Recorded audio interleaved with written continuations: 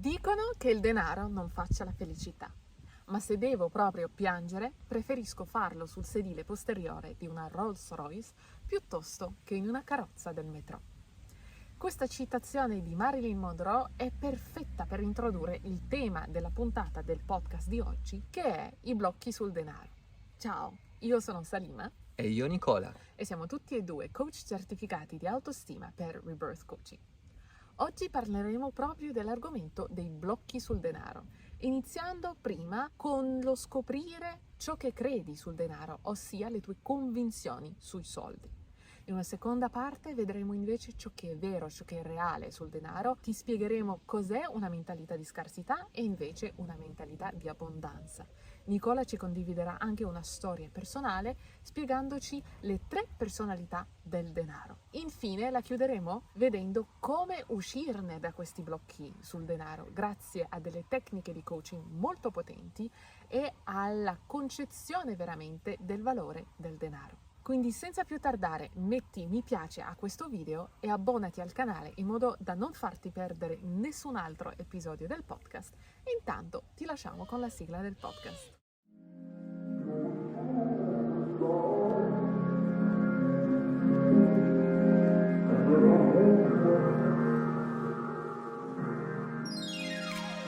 Ciao a tutti e benvenuti in Sciottini d'autostima, il podcast che ti fornisce spunti concreti per accrescere di giorno in giorno la fiducia in te, sia nella tua vita personale che professionale. Noi siamo Nicola e Salima, coach certificati di autostima ed esperti delle migliori tecniche di coaching al mondo, tali la neuroscienza, la programmazione neurolinguistica, l'ipnosi, le tecniche di liberazione emotiva, la time therapy ed il life and success coaching.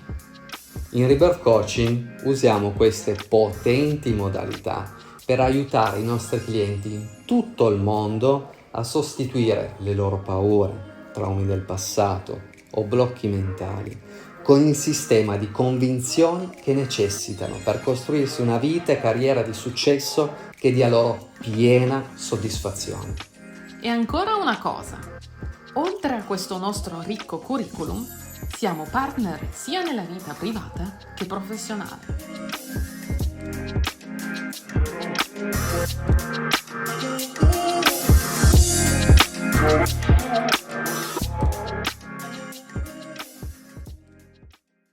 Bentornati, finalmente affrontiamo questo importantissimo argomento, anche perché passiamo almeno 15-20 anni della nostra vita a studiare proprio per guadagnare il denaro, quindi avere libertà dai blocchi sul denaro è indispensabile. Il tema dei blocchi sul denaro è il tema col maggior numero di convinzioni limitanti in assoluto e quindi adesso le elenchiamo.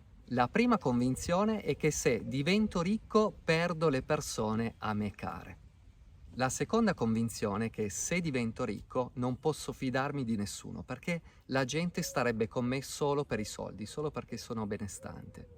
La terza convinzione è che per arricchirmi devo rinunciare e sacrificare la mia salute, la mia famiglia, le mie amicizie. Quarta convinzione, se divento ricco non sarò più una buona persona, di sani valori, di sani principi, quindi diventerò arrogante e cattivo con tutti. Successivamente per arricchirmi devo scendere a compromessi su alcuni dei miei valori e quindi devo diventare una persona crudele e arrogante. Un'altra convinzione tra le più diffuse in assoluto è che arricchirsi richiede durissimo lavoro e successivamente abbiamo ancora la convinzione che la ricchezza porta all'avidità, all'egoismo e alla presunzione. E completerei queste convinzioni con 3 altre ricevute di più dai nostri follower. La prima, che non si può vendere un prodotto o servizio che faccia davvero bene a chi lo riceve. La seconda è che vendere è fregare gli altri.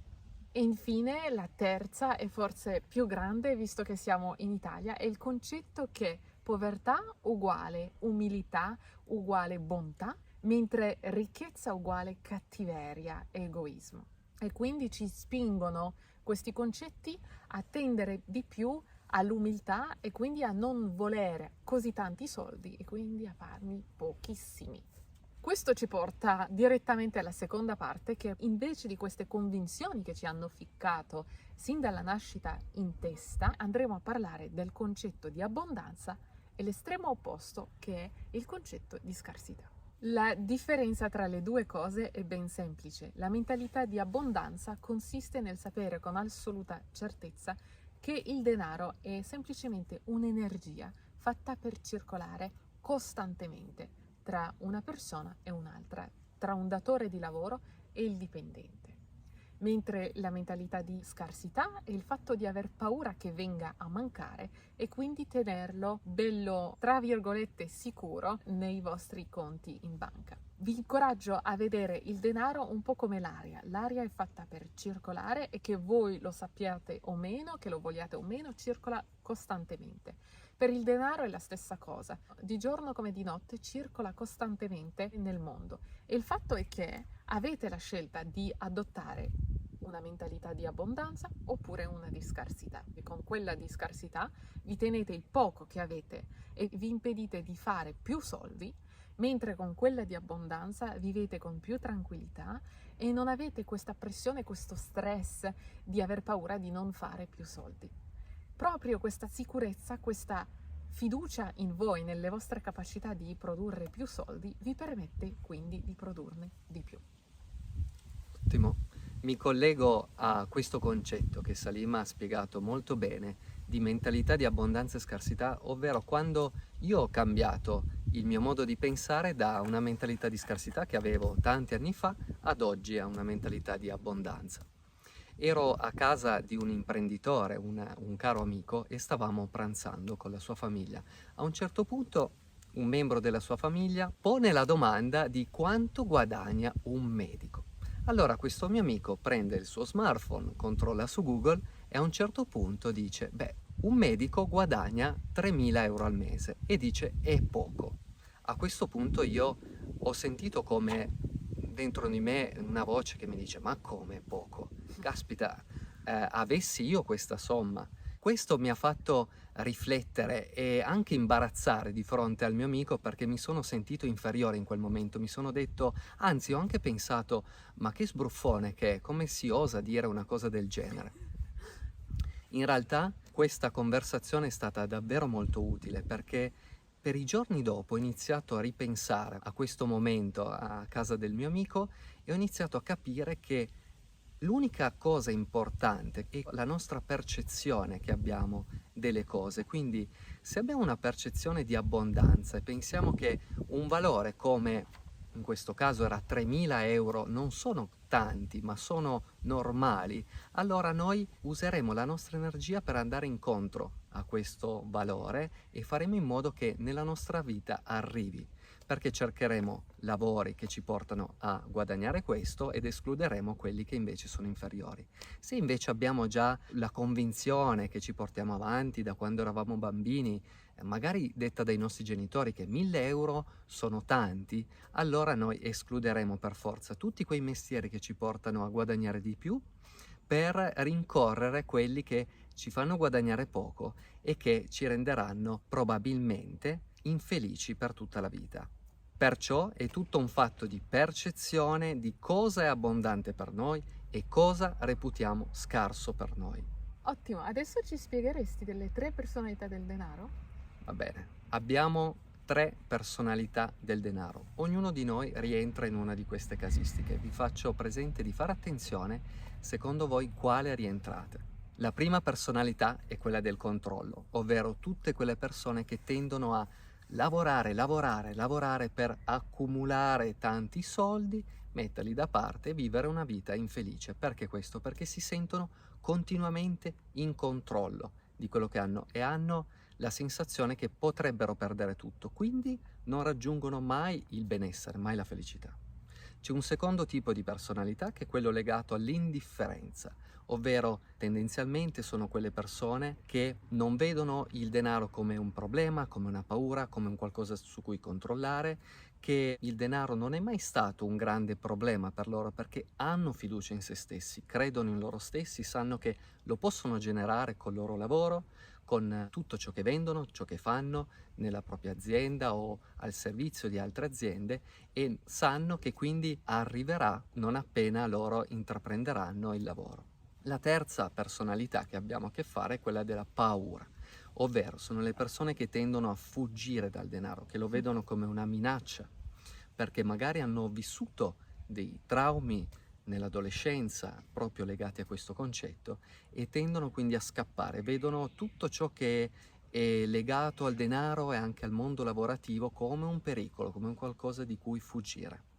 È proprio il caso, per esempio, di quello che chiamiamo i baby boomers, che quindi sono i figli di quelli che hanno fatto la guerra, quindi di solito adesso sono i nostri genitori, che sono nella fascia Sì, 50-60, hanno vissuto la scarsità per via della guerra e quindi hanno questa tendenza a accumulare anche cose in casa, cose inutili, per paura che vengano a mancare. Ovviamente questa mentalità di scarsità se la portano anche sulla questione dei soldi. E adesso che abbiamo parlato e rimuginato di tutte queste convinzioni, quello che è vero invece di quello che è immaginato, che è la nostra percezione, andremo a vedere come uscirne da questi blocchi sul denaro e principalmente come il coaching nello specifico ci può aiutare. La cosa importante da sapere è che la maggior parte delle vostre convinzioni vengono inserite nella vostra mente, nella parte più profonda della mente che si chiama il subconscio, dall'età 0 a 8 anni. Proprio il periodo in cui la parte logica che sa ragionare, che sa fare senso dell'informazione, non si è ancora formata. E quindi ciò significa che funzioniamo al 100% con il nostro subconscio e quindi siamo come una spugna che assorbe tutto quello che sentiamo intorno a noi e le convinzioni principalmente dei nostri genitori, ma anche dei media, oggigiorno dei social media, degli insegnanti a scuola e di qualsiasi altra persona, le assorbiamo come verità assoluta, ce le facciamo nostre senza rimetterle mai in questione e ovviamente ce le portiamo indietro durante tutta la nostra vita. Tranne se andiamo a trovare un coach che è proprio il riprogrammatore per eccellenza della mente, che può andare lì profondamente nel vostro subconscio a liberarvi dei vostri blocchi, per esempio i blocchi sul denaro o qualsiasi altra cosa, e sostituirli invece con il sistema di convinzioni di cui avete bisogno per avere una vita di successo e di felicità come quella di cui sognate. Nello specifico per i blocchi sul denaro, le tecniche più potenti sono ovviamente l'ipnosi, di cui sono una grande fan e molto brava a fare, che permette di dialogare direttamente col subconscio, vi portiamo in uno stato di estrema rilassatezza che si chiama le onde alfa e quindi siete tipo come in una trance controllata, in cui andiamo quindi a indagare sulle vostre convinzioni limitanti. Una volta individuate le andiamo a rimuovere e a sostituire con quelle invece che vi servono, quelle positive di cui avete bisogno per raggiungere il livello di successo che volete.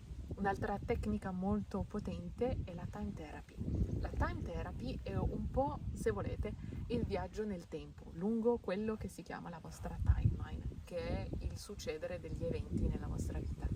E quindi andiamo indietro nel tempo, nel passato, prima del primo evento in cui la convinzione limitante sul denaro vi è stata radicata nel cervello. E andiamo a rimuoverla e da quel punto fino ad adesso andiamo a rimuovere tutte le occorrenze fino a questo punto, in modo che siate completamente ripuliti da questi blocchi sul denaro e che da ora in poi possiate andare avanti tranquillamente con piena fiducia nelle vostre capacità a fare più denaro e senza tenervi così stretti i pochi soldi che avete. E infine c'è anche una tecnica di coaching molto efficace una volta che avrete rimosso i blocchi sul denaro che avete, per radicare nella vostra mente gli obiettivi cifrati che volete raggiungere. E questa è la tecnica di liberazione emotiva, EFT. Quindi con l'EFT o tapping potete proprio impiantare nel vostro subconscio la somma di denaro che volete guadagnare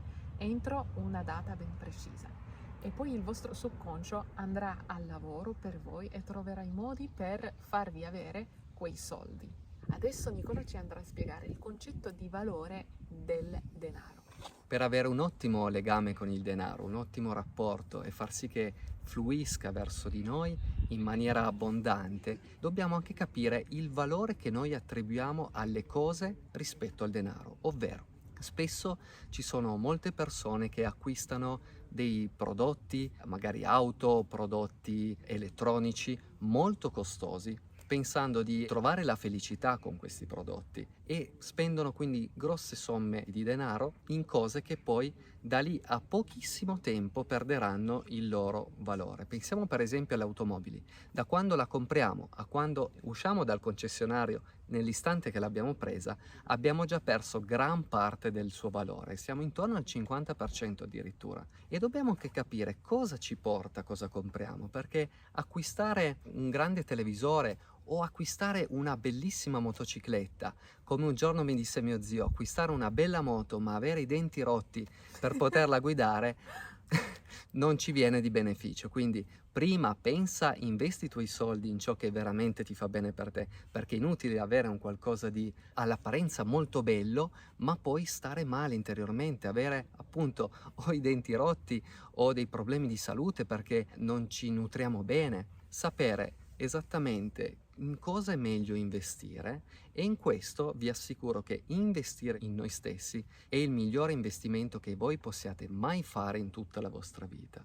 La crescita personale è ciò che vi porterà ad essere felici, ad avere abbondanza nella vita e quindi abbondanza anche di denaro, e soprattutto vi darà quelle risorse, quelle possibilità per raggiungere quelli che sono i vostri sogni, le vostre ambizioni. Per noi donne, un altro esempio che vi posso dare sul concetto di valore del denaro è comprarci dei vestiti molto chic e costosi, oppure comprarci le borse di lusso. E so di cosa parlo perché sono cose che adoro anch'io. Solo che c'è come dire, una gerarchia da avere, un senso delle priorità. Io mi posso permettere di comprarmi quelle cose perché metto sempre e ho sempre messo in primo piano le cose più importanti, che sono, come Nicola ha detto, la salute fisica, mentale e emotiva. E quindi la salute fisica è ovviamente la qualità del cibo che mangiate, la qualità del sonno che avete, l'attività fisica, l'investire in una palestra, tutte queste cose. La salute mentale ed emotiva è quello che noi facciamo con il coaching, per esempio. E quindi è molto interessante quando una persona si autoconvince di non avere i soldi per investire in un coach, che in realtà non investe neanche nel coach, investe in lei stessa, perché lei a ricavarne i benefici per tutta la sua vita insieme alla gente che la circonda, perché ovviamente la impatterà in positivo. È interessante quindi la gente che pensa e si autoconvince di non avere i soldi per farlo, quando invece ha sempre l'ultimo iPhone, ha sempre l'ultimo iPad, ha sempre tutte le borse firmate che vogliamo. Sono belle cose, come vi dicevo, anch'io mi compro queste cose qua, ma non prima di aver investito e di continuare costantemente a investire in me stessa per diventare e vivere la migliore versione di me stessa, la vita migliore che possa sognare, perché questa è la nostra unica opportunità nella vita, la nostra unica chance. Non siamo in un videogioco in cui possiamo morire e risuscitare per magia e ricominciare da zero. No, questa è la nostra unica chance e noi siamo l'unica persona con cui siamo garantiti fino alla fine dei nostri giorni di passare il nostro tempo. Già per questo è il motivo più importante per investire in noi stessi, sia nella salute fisica che la salute emotiva e mentale con il coaching. Ottimo, direi che con questo abbiamo veramente ben circondato il tema dei blocchi sul denaro. Spero che avrete preso un sacco di appunti. Se avete domande non esitate a mandarci una mail a hello@rebirthcoaching.it. Vi mettiamo l'indirizzo email qua, ma anche nella barra di descrizione sotto il video.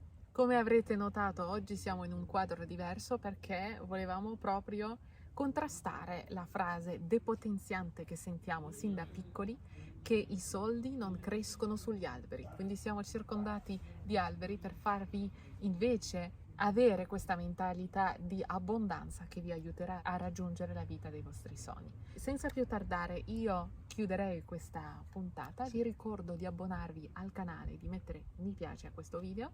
Non esitate anche a condividerlo con chiunque pensate possa beneficiarne. E direi che per noi è tutto, vi diamo appuntamento alla settimana prossima per un'altra puntata di Sciottini d'autostima.